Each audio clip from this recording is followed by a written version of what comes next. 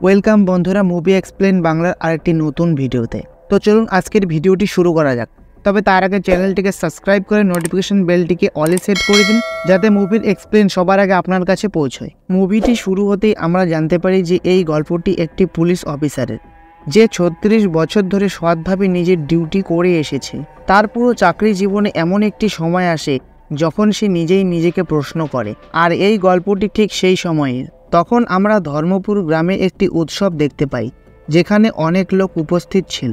সেখানে একজন বেশ জনপ্রিয় এমএলএকে ডাকা হয়, যার নাম ধর্মরাজন, এবং তাকে প্রধান অতিথি হিসেবে সেখানে নিয়ে আসা হয়। সেখানে সে নিজের বায়োগ্রাফি এর প্রমোশন করে, যেটি খুব শীঘ্রই রিলিজ হতে চলেছে। সেটি তার বোন শিলা রচনা করেছিল। তারপর সেখানে আমরা রানী নামের এক মহিলাকে ঋতু নামের এক ছোট মেয়ের সাথে দেখতে পাই। তারপর রাতে আমরা এক ব্যক্তিকে দেখতে পাই, যে ভয়ে ভয়ে গাড়ি চালিয়ে কোথাও যাচ্ছিল, আর তার অনেক কথা মনে পড়ছিল। তার মনে পড়ছিল যেখানে তাকে ধর্মরাজন খুবই অপমান করেছিল। আর এই সব ভেবে গাড়ি চালাতে চালাতে লোকটি অ্যাক্সিডেন্ট হয়ে যায়। ওই লোকটিকে একটা পাশের হসপিটালে ভর্তি করা হয়। সেখানে পুলিশ এসে তাকে চিনে নেয়। সে আসলে ধর্মরাজনেরই শালাবাবু ছিল। অপরদিকে আমরা এসপি নাসিরকে দেখতে পাই, যে নিজের ঘরে খুব আরামে ঘুমোচ্ছিল। তখন তার কাছে পুলিশের কল আসে এবং সে সেই অ্যাক্সিডেন্টের ব্যাপারে জানতে পারে। তখন আরও জানা যায় যে যখন পুলিশরা ধর্মরাজনের কাছে ওই অ্যাক্সিডেন্টের কথা জানতে গিয়েছিল, তখন সেখানে তার লাশ পাওয়া যায়। তার সাথে আরও জানা যায় ওই বাড়িতে কেবলমাত্র একজন কাজের মেয়ে উপস্থিত ছিল, তার নাম ছিল রানী। তখন আমাদের রানীর একটা সিন দেখানো হয়।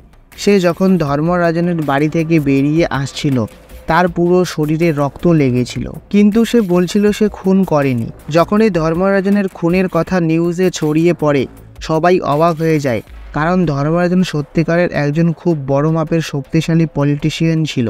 তার এত পাওয়ারের কারণে পুলিশ অফিসাররা অতি শীঘ্রই তার হত্যার ইনভেস্টিগেট স্টার্ট করে। তারা একটি স্পেশাল টিম তৈরি করে, যেন তারা তাড়াতাড়ি ধর্মরাজনের মৃত্যুর পেছনে আসল রহস্য সবার সামনে তুলে ধরতে পারে। আর এই কেসটিতে নাসির লিড করছিল। তখন নাসির সুমনকে বাসিকে ডাকতে পাঠায়। বাসি প্রথমে পুলিশ অফিসারই ছিল, কিন্তু সে তার চাকরি ছেড়ে দেয়। কিন্তু সে নিজের চাকরিতে খুবই সৎ ছিল। সে তার চাকরি জীবনে এমন কেস সলভ করেছে যেগুলো আজব ধরনের ছিল। তাই যখন বাসিকে ডাকতে যায়, বাসি পুলিশদের সাহায্য করার জন্য রাজি হয়ে যায়। সে যখন পুলিশদের সাথে যাচ্ছিল, তখন আমরা জানতে পারি বাসি তার চাকরি ছেড়েছিল কারণ তার ক্যান্সার ছিল। তারপর আমাদের ধর্মরাজনের অতীতের কথা জানানো হয়, যার অতীতের নাম ছিল সালভান। তারপর সিন 1979-তে শিফট হয়। তখন আমরা ধর্মরাজন অর্থাৎ সালভানকে দেখতে পাই, যে পাথর ভাঙার কাজ করত। যেহেতু সে অনাথ ছিল, তাই শিলার মা তাকে দত্তক নিয়ে নেয়। তারপর যত সময় অতিক্রম হচ্ছিল, সে তত পরিশ্রম করত।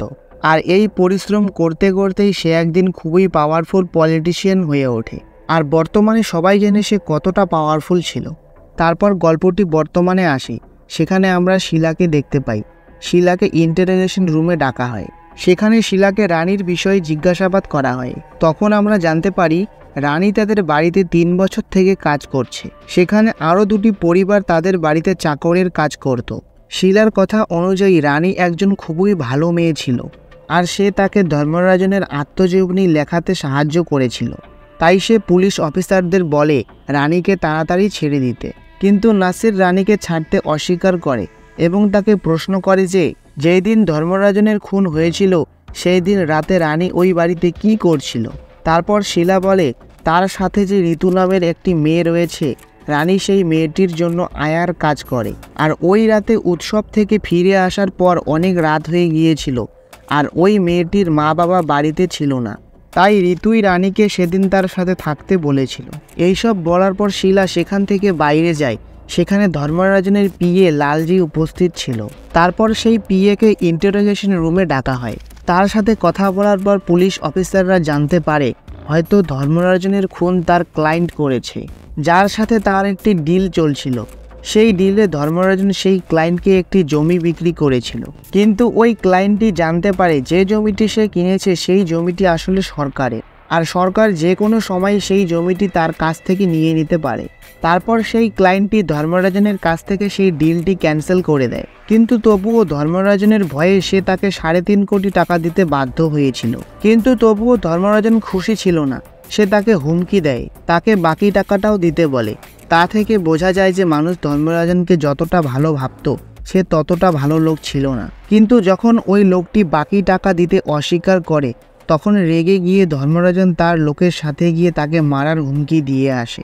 আর এটি একটি কারণ হতে পারে যে কারণে ওই লোকটি ধর্মরাজনকে খুন করেছে। তখন বাসি লালজিকে জিজ্ঞাসা করে যে সে সেই টাকার বিষয়ে কিভাবে জানে। সেখানে লালজি শিলার নাম বলে। অপরদিকে আমরা অন্য পুলিশদের দেখতে পাই তারা রানীর পুরনো ক্রিমিনাল রেকর্ড চেক করতে থাকে, কিন্তু তারা রানীর কোনো ক্রিমিনাল রেকর্ড খুঁজে পায় না। কিন্তু অতীতে রানীর বিরুদ্ধে একটি পুলিশ কমপ্লেন হয়েছিল, কিন্তু সেটি তাড়াতাড়ি উঠিয়ে নেওয়া হয়। আর ওই কমপ্লেনটি ধর্মরাজনের মিস্ট্রেস মহেশ্বরী দেবী করেছিল। তাই এখন মহেশ্বরীকে ইন্টারোগেশন রুমে ডাকা হয়। প্রথমে মহেশ্বরী রানীর খুবই প্রশংসা করছিল। তারপর তাকে কমপ্লেনটির বিষয়ে জানাতে চাইলে সে বলে সে রানীকে ভুল বুঝে তার বিরুদ্ধে কমপ্লেন করেছিল, কিন্তু সেটিকে তাড়াতাড়ি তুলে নিয়েছিল। তারপর সেখান থেকে সিন আরও অতীতে যায়, যেখানে রানী প্রথমবার মহেশ্বরীর বাড়িতে এসেছিল, যেখানে সে এসেই তার পরিচয় একটি বুড়ি ঠাকুমার সাথে হয়েছিল। সে 15 বছর বয়স থেকেই মহেশ্বরী দেবীর বাড়িতে কাজ করত। যেহেতু সে এখন বুড়ি হয়ে গিয়েছিল তাই সে আর এখন কাজ করতে পারছিল না, তাই তার জায়গায় এখন রানীকে রাখা হয়। তখন সেই বুড়ি ঠাকুমাটি রানীকে সব কাজ বুঝিয়ে দেয় আর তাদের মধ্যে বন্ধুত্ব হয়ে যায়। যেহেতু সেই বুড়ি ঠাকুমার পরিবর্তে রানীকে রাখা হয়েছিল তাই বুড়ি ঠাকুমার সেই বাড়িতে আর কোনো কাজ ছিল না। তাই সেই বুড়ি ঠাকুমাকে বাড়ি থেকে বের করে দেওয়া হয়, যেটা রানীর একদমই পছন্দ হয়নি। তারপর এর জন্য রানী একটি উপায় ভাবে। তারপর কিছুক্ষণ পরেই মহেশ্বরী যখন মন্দিরে যায় সে দেখে সেখানে ভগবানের মূর্তির সমস্ত গয়না গায়েব হয়ে গিয়েছিল। আর ওই মূর্তিটি ছিল সেই মূর্তি যেটিকে প্রত্যেক বছর উৎসবে পুজো করা হতো। আর সেই মূর্তিটির গয়নাগুলি অত্যন্ত মূল্যবান ছিল। আর সেই সময় রানী ও বুড়ি ঠাকুমা বাড়িতে ছিল না, তাই মহেশ্বরী ভাবে রানী সব গয়না নিয়ে পালিয়েছে। এটা ভেবেই মহেশ্বরী পুলিশকে ডাকে এবং রানীর বিরুদ্ধে কমপ্লেন করে। তারপর ওই সময়ের মধ্যেই রানী আর বুড়ি ঠাকুমা ভগবানের সব গয়না নিয়ে পৌঁছে যায়। আর রানী তাদেরকে বলে আসলে ভগবানের গয়নাগুলি ভেঙে গিয়েছিল, আর এই বিষয়ে যদি মহেশ্বরীকে বলতো তাহলে সে সেগুলিকে ঠিক করতে বারণ করে দিত। যেহেতু এই সব গয়নার বিষয়ে তার অতটা নলেজ নেই, তাই সে বুড়ো ঠাকুমাকে আটকায় এবং তার সাহায্য নিয়ে এই সমস্ত গয়না ঠিক করে নেয়। তখন মহেশ্বরী বুঝতে পারে যে সে রানীকে ভুল বুঝেছে, তাই সে তাড়াতাড়ি কমপ্লেনটি তুলে নেয়। যদিও মহেশ্বরী বুঝে যায় যে সে বুড়ি ঠাকুমাকে সেখানে রাখার জন্যই সেটি করেছে, তবুও মহেশ্বরী রানীর প্রতি ইমপ্রেসড হয়ে যায়। তারপর ইনভেস্টিগেশনের পর পুলিশরা আরও কিছু কথা জানতে পারে যে উৎসবের দিন যেখানে স্টেজ তৈরি হয়েছিল তার চারিদিকে বম লাগানো ছিল, যার দ্বারা কাউকে মারার চেষ্টা করা হয়েছিল। তাই তারা এখন সেই বোমার বিষয়ে খোঁজখবর শুরু করে। তার পাশাপাশি ধর্মরাজনের বাড়িতে তারা একটি মোবাইল ফোন পায়, আর সেই মোবাইলটিতে রানীর বিভিন্ন ছবি ছিল। আর এই ফোনটি ধর্মরাজনের কোনো একজন লোকের ছিল। তারপর সেই লোকটিকে ডাকা হয়। শুরুতে তো সেই লোকটি কিছু বলছিল না, কিন্তু পরে যখন পুলিশরা তাকে খুব মারধর করে তারপর সে বলে আসলে সে রানীকে অনেকবার ধর্মরাজনের বাড়িতে দেখেছিল, আর তখন থেকেই সে রানীকে পছন্দ করে। তাই সে উৎসবের রাতে তাকে ধর্মরাজনের বাড়ি পর্যন্ত ছাড়তে গিয়েছে, যাতে সে রাস্তায় তার ফিলিংসের ব্যাপারে রানীকে বলতে পারে। কিন্তু সে রানীকে কিছুই বলতে পারেনি, তাই সে ভেবেছিল সে ধর্মরাজনের বাড়িতে গিয়েই রানীকে বলবে। তাই সে প্রাচীর টপকে ধর্মরাজনের বাড়িতে প্রবেশ করে। তারপর সে সেখানে সবার প্রথমে দেখে বিনায়ককে বাইরে আসতে, যে ধর্মরাজনের শালা ছিল। আর তারপর আরেকজন লোককে দেখতে পায় যার হাতে একটি সুটকেস ছিল। এছাড়া সে আর কিছু দেখেনি। এরপর ইন্টারোগেশন রুমে ধর্মরাজনের স্ত্রী সোনাকে ডাকা হয়, আর সেও এসে রানীর প্রশংসাই করে। পাশাপাশি সে বলে যে সেই দিন রাতে বিনয়ন ধর্মরাজনকে কিছু বলে ফেলেছিল। সে বলেছিল যে ধর্মরাজনের যে পাওয়ার রয়েছে সেটি আসলে সোনার বাবার কারণে। ধর্মরাজন সোনার সাথে বিয়ে করার পরেই সে পলিটিশিয়ান হয়েছে। আর এই কথাটি ধর্মরাজন শুনে ফেলে এবং সে বিনয়নকে সেদিন প্রচণ্ড অপমান করে এবং বাড়ি থেকে তাড়িয়ে দেয়। আর এই সিনটি আমাদের শুরুতেই দেখানো হয়। তার পাশাপাশি আমরা জানতে পারি সোনা তার স্বামীর ব্যবহারে একদমই খুশি ছিল না। সোনার সাথেও সে খারাপ ব্যবহার করত। তাই সে বলে তার সাথে যেটি হয়েছে সে সেটি ডিজার্ভ করে। তারপর তারা ঋতুর বিষয়ে খোঁজখবর শুরু করে। তারা জানতে পারে ঋতু একজন অনাথ, তাকে নিমি আর এভি দত্তক নিয়েছিল। আর এখানে নিমিকে দেখানো হয় নিমি একজন নার্স ছিল আর এভি একজন সাংবাদিক, আর তারাও রানীর প্রশংসা করে। সেদিন রাতে নিমি আর এভি তাদের কাজে ব্যস্ত থাকার কারণে বাড়িতে আসতে পারেনি, তাই সেই দিন রাতে রানী ঋতুর সাথে থেকে গিয়েছিল। আর যখন থেকে রানী চলে গেছে তখন থেকে ঋতু খুবই আপসেট হয়ে আছে। এ কথা শোনার পর এখানে কেউই বুঝতে পারে না যে আসল খুনি কে, কিন্তু কিছু সময়ের মধ্যেই ইনভেস্টিগেট করতে করতে তারা জানতে পারে যে আসলে সেদিন রাতে ধর্মরাজনের বাড়িতে সেই লোকটি, যে লোকটিকে সুটকেস নিয়ে যেতে দেখেছে, তার নাম চার্লস। সে একজন ক্রিমিনাল। সে আগে অনেক খুন করেছে, তাই সব পুলিশরা তাকে ধরার চেষ্টা করছিল। আর অপরদিকে চার্লসও বাড়ি থেকে পালানোর চেষ্টা করছিল। এই সময়ই তাকে গুলি লাগে এবং সে মারা যায়। কিন্তু পুলিশরা তার গার্লফ্রেন্ডকে ধরে ফেলে এবং তার সাথে জিজ্ঞাসাবাদ করার পর তারা জানতে পারে যে সেদিন উৎসবের রাতে স্টেজের চারিদিকে যে বোম লাগানো হয়েছিল সেগুলি ধর্মরাজন নিজেই লাগিয়েছিল, যাতে শিলাকে সে মারতে পারে।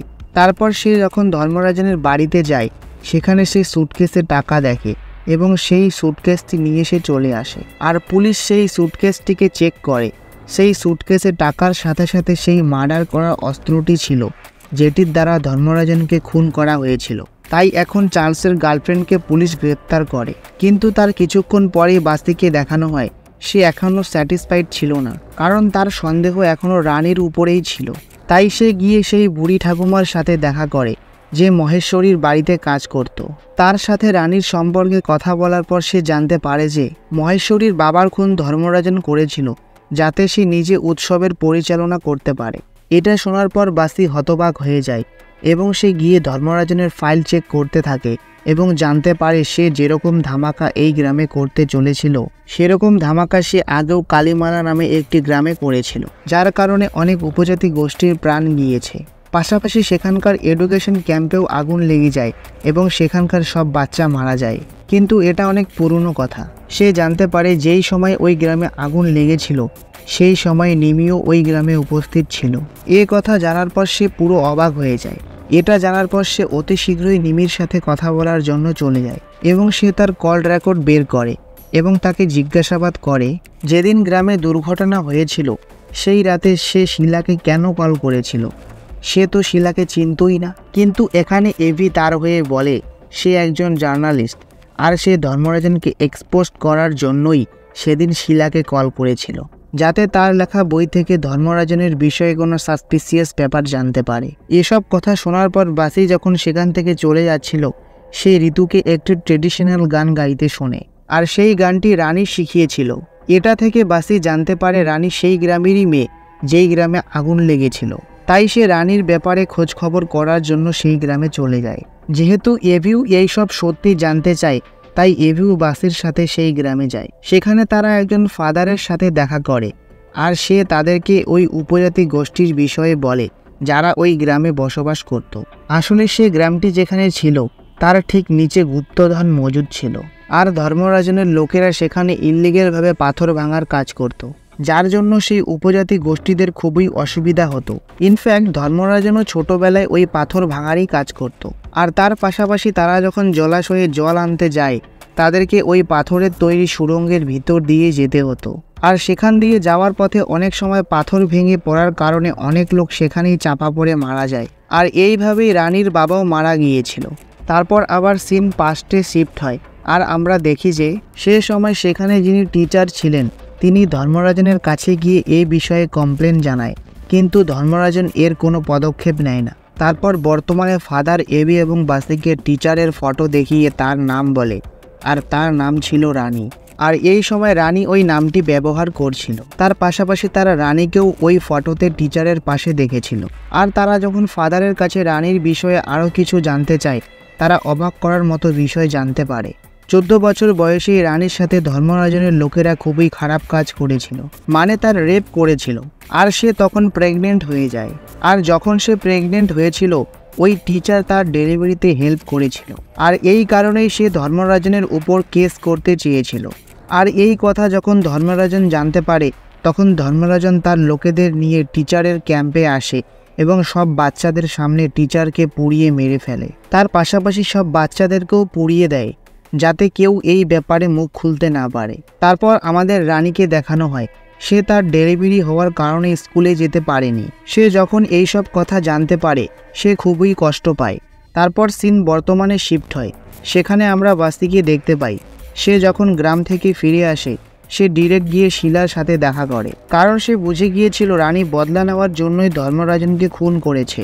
পাশাপাশি শিলা, নিমি আর মহেশ্বরীও তার সাহায্য করছিল। তারপর শিলা যখন বাসির মুখ থেকে এই সব সত্য কথা শোনে তখন শিলাও সব কিছু বলতে শুরু করে এবং আমাদেরকে তখন পাস্টের ঘটনা দেখানো হয়। সেখানে আমরা নিমিকে দেখতে পাই সেখানে স্কুলে ঘটে যাওয়া ঘটনার সময় সে ঋতুকে নিয়ে পাশে লুকিয়েছিল। তারপর সে সোজা ঋতুকে নিয়ে শিলার কাছে চলে আসে। শিলা যখন ওই বাচ্চাটিকে দেখে এবং সে জানতে পারে তার ভাই কতটা খারাপ কাজ করেছে, সে নিমির সাহায্য করে এবং তাকে একটি হসপিটালে নার্সের চাকরি পাইয়ে দেয়। আর তার পাশাপাশি সে ধর্মরাজনকে এক্সপোজ করার কথা ভেবে নিয়েছিল, আর তাই সে ধর্মরাজনকে নিয়ে একটি বই লিখেছিল।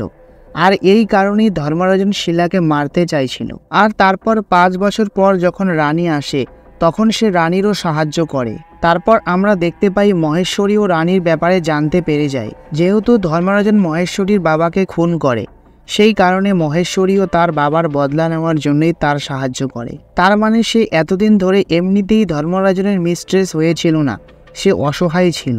তার কিছুদিন পরে হঠাৎই তাদের কাছে খবর আসে যে ধর্মরাজন শিলাকে উৎসবে মারতে চায়। এর পিছনে দুটি কারণ ছিল। প্রথম কারণ হলো ওই বায়োগ্রাফি, আর দ্বিতীয় কারণ ছিল সে সবার সামনে কান্নাকাটি করে ইমোশনাল সিম্পিতি নিয়ে ভোট আদায় করা, কারণ কিছুদিন পরেই ইলেকশনও আসতে চলেছে। আর এই সব কথা যখন শিলা জানতে পারে সেও তাদের সাহায্য করতে রাজি হয়ে যায়। তারপর রাতে দেখানো হয় মহেশ্বরী প্রথমে গিয়ে ধর্মরাজনকে মদ খাওয়ায়, আর ওই মদে একটি প্যারালাইজড হওয়ার ওষুধ মেশানো ছিল যার কারণে ধর্মরাজনের পুরো শরীর প্যারালাইজড হয়ে যায়। আর এই সময় সেই টিচারটি সেখানে আসে যাকে ধর্মরাজন পুড়িয়ে মারতে চেয়েছিল, কিন্তু ওই টিচারটিকে রানী আর বাকিরা কোনো ক্রমে বাঁচিয়ে নিয়েছিল। আর 5 বছর থেকে রানী প্ল্যানিং করছিল ধর্মরাজনকে মারার, কারণ ধর্মরাজনের পাপের বোঝা বেড়ে গিয়েছিল। তারপর ওই টিচারটি ধর্মরাজনের সামনে আসে এবং তাকে নিষ্ঠুরভাবে অনেকবার পা দিয়ে চাপা দিয়ে মেরে ফেলে। তারপর পুনরায় গল্পটি বর্তমানে আসে আর বাসি বুঝে যায় যে ধর্মরাজনের সাথে যেটা ঘটেছিল সে সেটার যোগ্য ছিল। যেহেতু সে অফ ডিউটি ছিল তাই তার কাউকে ধরার বা শাস্তি দেওয়ার জন্য বাধ্য ছিল না, তাই সে ভেবে নেয় সে কাউকে কিছু বলবে না। তারপর বাসি নাসিরের কাছে যায় যার এত বড় কেসটি সলভ করার জন্য প্রমোশন এবং ট্রান্সফার হয়েছিল, তাই সে সেখান থেকে যাওয়ার জন্য প্রস্তুতি নিচ্ছিল। তারপর বাসি যখন তার সাথে কিছুক্ষণ কথা বলছিল তার নজর নাসিরের বাড়ির কাজের মেয়ের উপর পড়ে। সেই মেয়েটি আর কেউ ছিল না, সে ছিল রানী।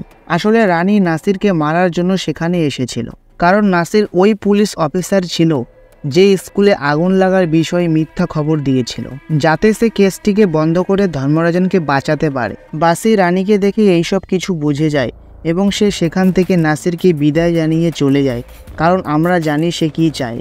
তারপর রানী বিষ মেশানো চা নাসিরকে দিয়ে বাইরে চলে আসে এবং বাসিকে দেখে একটা রোমাঞ্চকর স্মাইল করে। আর এর সাথে এই মুভিটির সমাপ্তি ঘটে। তো বন্ধুরা, যদি ভিডিওটি ভালো লেগে থাকে তাহলে চ্যানেলটিকে অবশ্যই সাবস্ক্রাইব করবে আর এরকম ভিডিও পেতে আমাদের সাথে থাকবে। তো দেখা হচ্ছে আবারও নেক্সট ভিডিওতে।